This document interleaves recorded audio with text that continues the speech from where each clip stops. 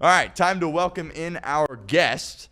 Asked him to come on the show a little bit earlier this week. Was really excited. Richard Skinner of Local 12 is now joining us here live on the show. Skinny, can you hear me? How you doing? So happy you're hopping on here. Appreciate you. How's it going? It's going great. By the way, watching that game last night, I've never seen a quarterback throw more jump passes in my life than Bo Nix. Seriously, unbelievable. I mean, he's just he's not trusting what he's seeing. He's not staying calm in the pocket, and I think you got an issue right now if you're the Denver Broncos, no doubt. Yeah, it's a good team. Otherwise, it really. I mean, I got a chance to see him firsthand when the Bengals played out there. That defense is absolutely for real.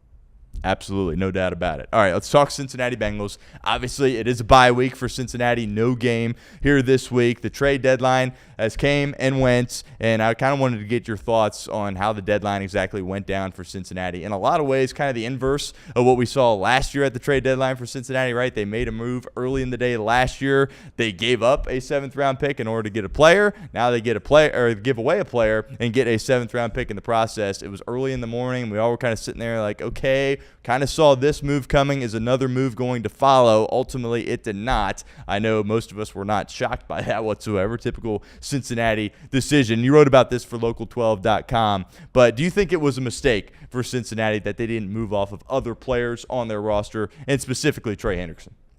Yeah, and here's why. And listen, I get that they're trying to tell the fan base and probably their own players, we're not waving the white flag on this season. We're still playing to get to the playoffs. And that's fine. If that was your belief on why you didn't move on from other players like Trey Hendrickson, maybe B.J. Hill, although his contract was going to be probably pretty hard to move, Cam Taylor-Britt, name whoever else you want to name. That's fine. If you want to say we're not waving the white flag on this season, then go do to your point, the inverse. Go add to the safety room. Go add to the cornerback room. Go add to the defensive line room. And I realize it's not completely black and white easy. You have to find a trade partner. There has to be, commensurate value going back and all those things. But to just stand pat makes no sense. Trey Hendrickson had some value, probably no higher than a third round. And I do understand that, listen, if he walks as a free agent, he could probably command a third round comp pick, maybe a fourth round comp pick.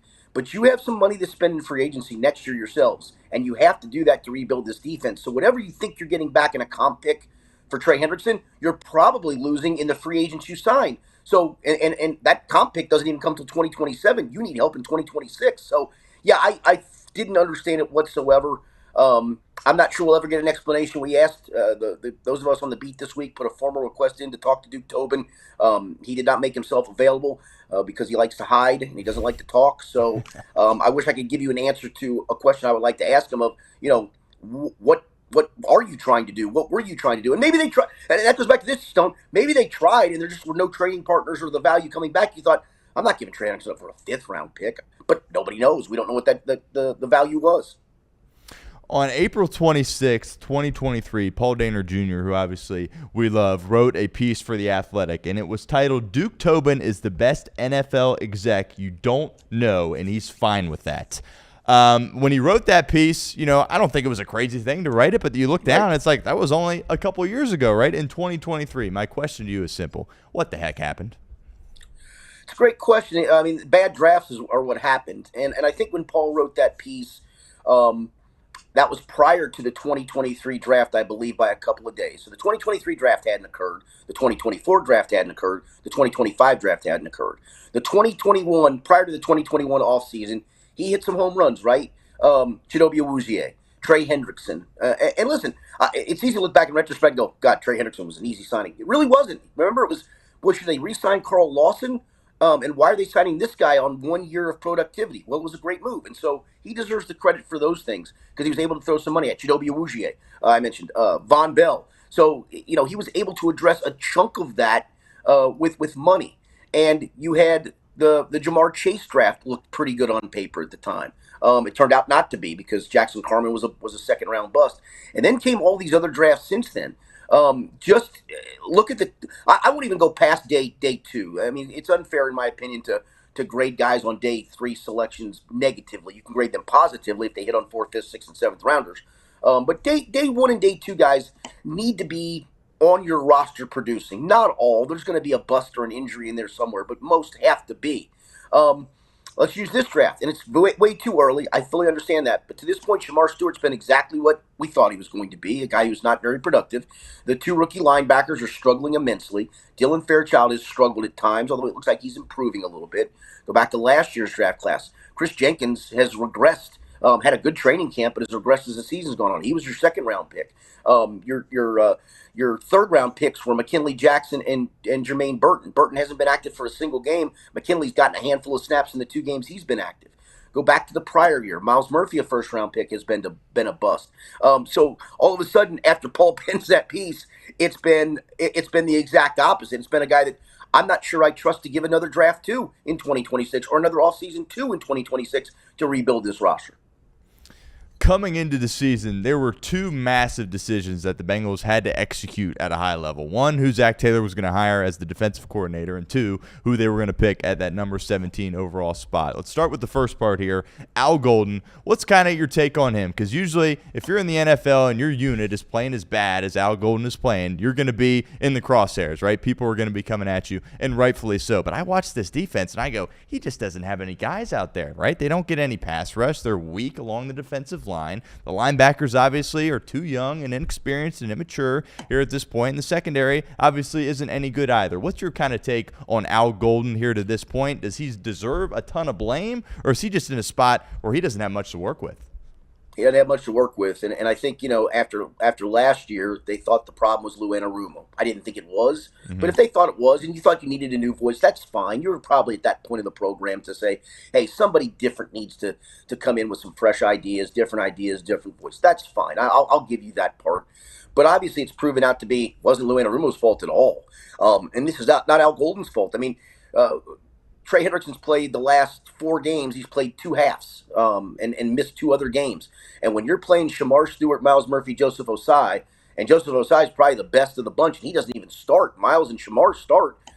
Those guys get no pass rush, get no pressure, set no edge against the run, get pushed around. TJ Slayton, the free agent signing, was supposed to be the kind of the DJ Reader light, if you will, and he's been a disaster. I mean, I've never seen a guy that size get pushed out of the hole more often than he does. BJ Hill's contract signing still puzzles me. I think BJ has some value, but not value through the 2027 season at $6 million and $8 million respectively in the next 2 years. He's a rotational guy at best.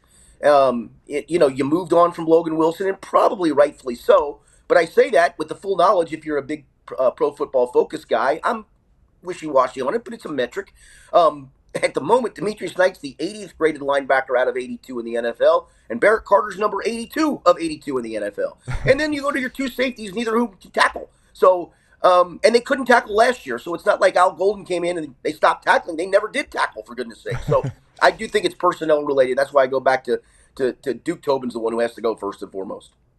I totally agree. And the second part of that is Shamar Stewart. I understand it's early. I understand it's year 1. I understand he's missed several games with an injury. And I might be being a little bit brash here, but I'm out. I think he's a bust, and I really don't see it. And I know we all were questioning the pick when they took him, right? It was a guy that, maybe his ceiling was really high, but his floor was really, really low. And we're seeing him out there on the football field, and it is not good. And the reason that's kind of the nail in the coffin for me is from a maturity standpoint. I mean, what we went through this offseason, he hadn't played a single down with this Bengals defense, and I understand he's a young guy, 21 years old, whatever it may be, but I would like to see a little bit more maturity. And then he wasn't talking to you guys after the game last week. Don't love to see that either. Are you out on Shamar Stewart yet, or am I being a little ridiculous writing him off at this point?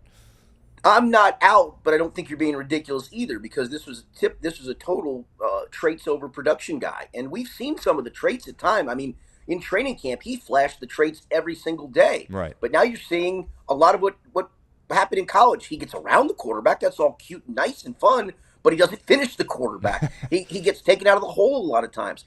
And I did this last week, I think. I did a kind of a redraft of the first 3 rounds. And I know hindsight's 20/20. I fully will tell you that. But the guys I'm about to tell you were all talked about for the Bengals in the spots that they took other players.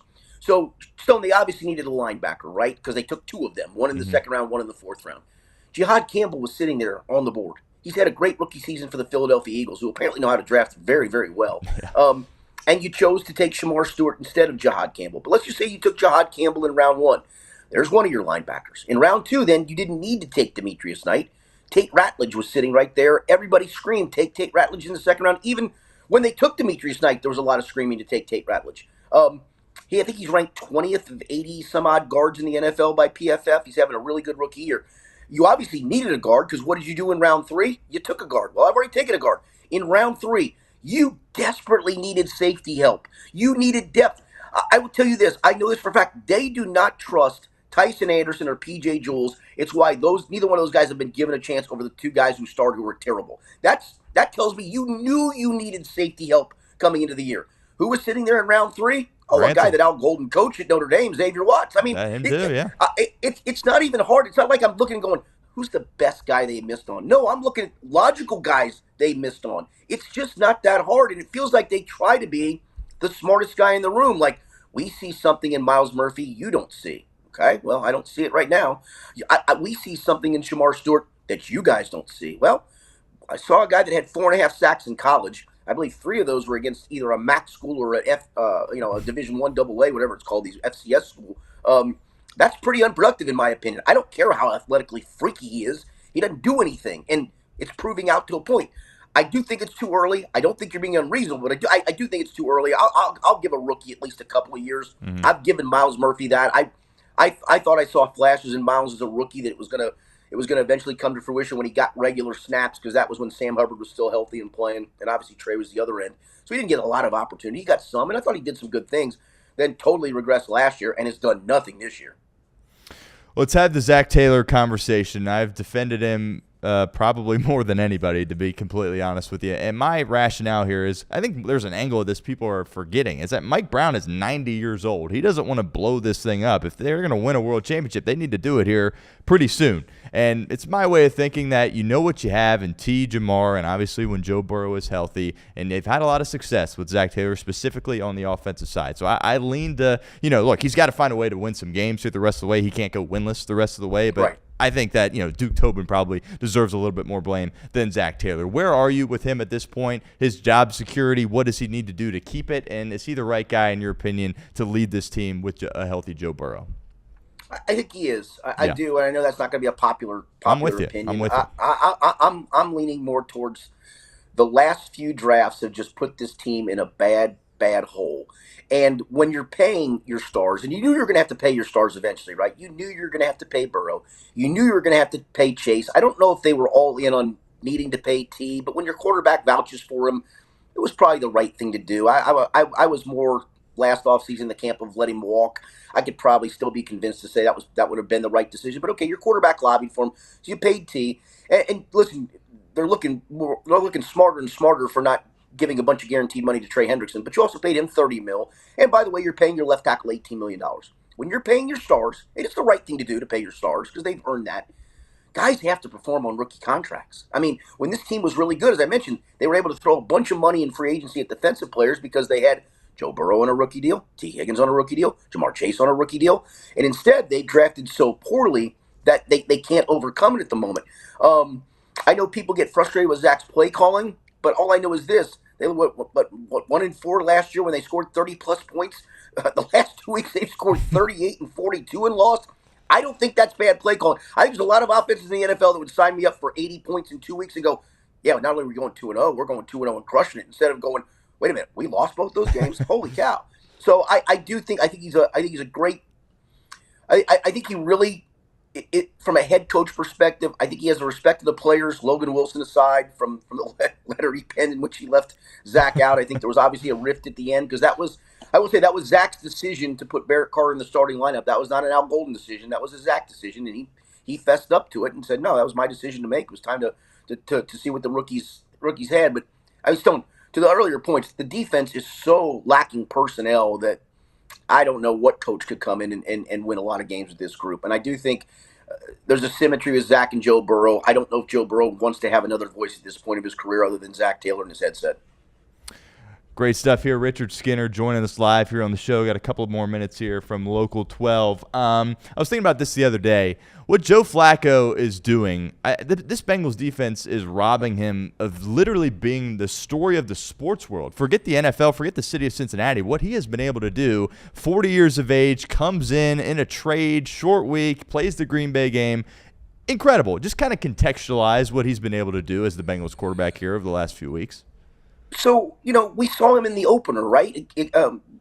And he wasn't awful. I mean, he did throw 2 interceptions, but both of those were deflections off receivers' hands. But that's kind of what I thought Joe Flacco was at this point of his career, as a meh quarterback. Like, right. You're a bridge guy. You're okay. Desperate times called for desperate measures when they made the trade, because Jake Browning, to my surprise, I thought Jake was going to be fine, and he obviously wasn't. They were trying to salvage their season at that point, and Joe was the best guy on the street. And even at that point, I'm like, okay, it's going to be better, but is it going to be enough to win games? And then that first half of the Green Bay game, it's like, yep, this is the Joe Flacco I remember, and this is where he is at this point of his career. And then all of a sudden, the second half of that game, it just was bang, bang, bang, bang, snap, snap, snap. They scored 18 points.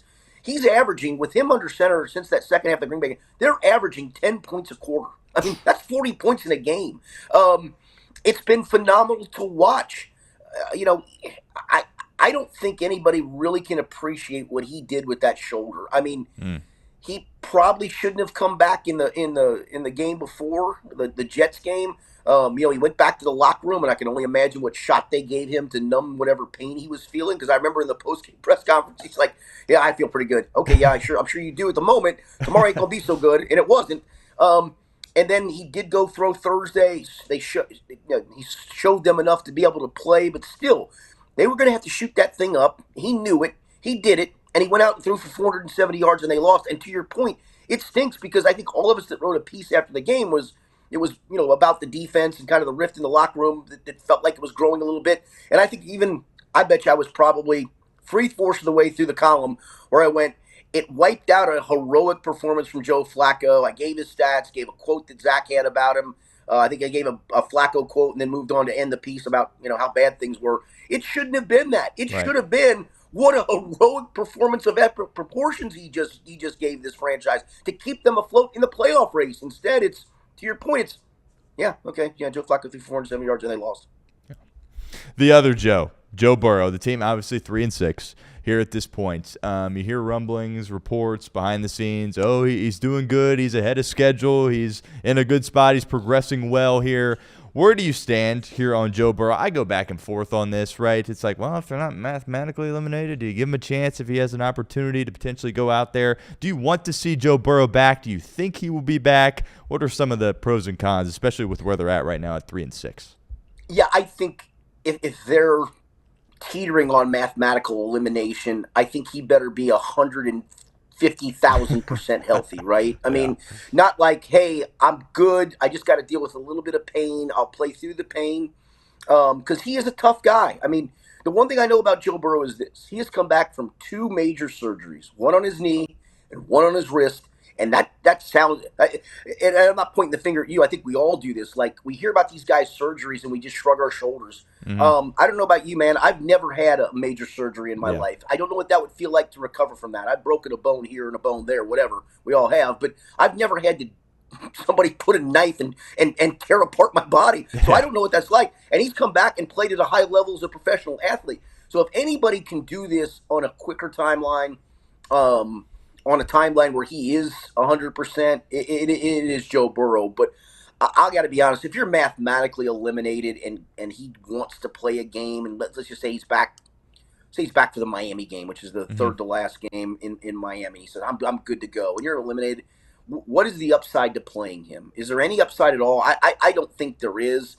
I guess, if I'm in Zach Taylor's shoes and the kid convinces me that I'm great to go, I want to play, I need to get some snaps now to head into next year, maybe I can be talked into it. But I think at that point, you save the kid from himself and say, let's keep resting this, getting this thing better, and we'll see you in 2026.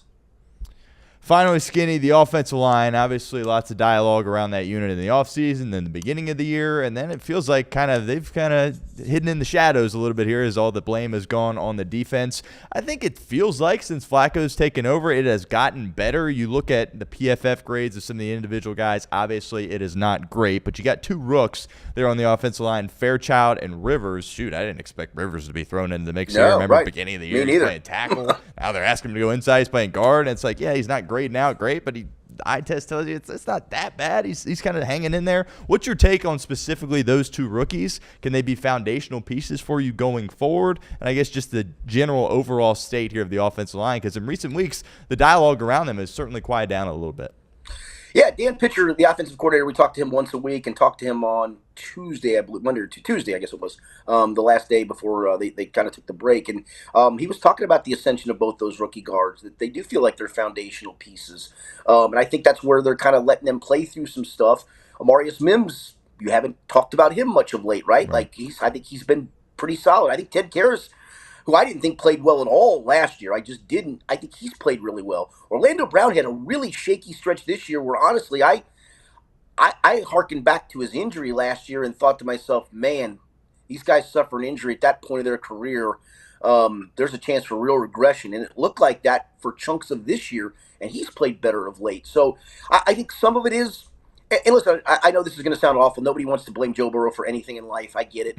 But Joe's even talked about he takes sacks at times on 3rd and 8s where he's like, I'll extend the play because I want to try to get a first down. And if I get sacked, so be it. Well, that sack gets credited to the offensive line, or debited, if you will, the offensive line. And it looks like at the end of the game, well, he gave up 4 sacks. Well, 2 of them might have been Joe Burrow's sacks. Maybe even a third might have been a Joe Burrow sack. And he'd be the first to tell you that sack was on me. Not all of them are on him, right? I mean, but he does extend plays. Flacco's totally different, right? He's not mobile. He's not going to extend a play. Other than a crazy scramble or two that comes out of nowhere.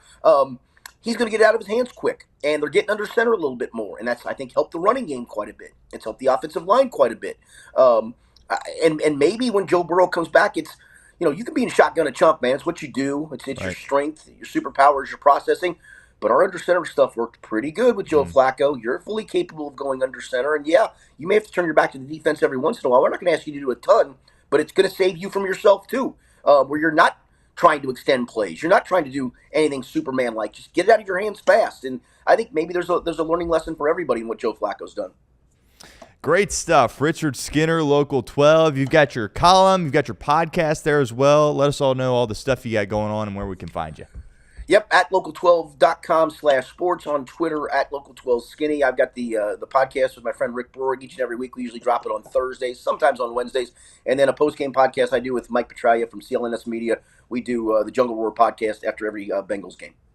Awesome stuff. Great to see you, Skinny. Let's do it again sometime. You too, Stone. Yep, absolutely. Thanks for having me, man. Yes, sir. Take care.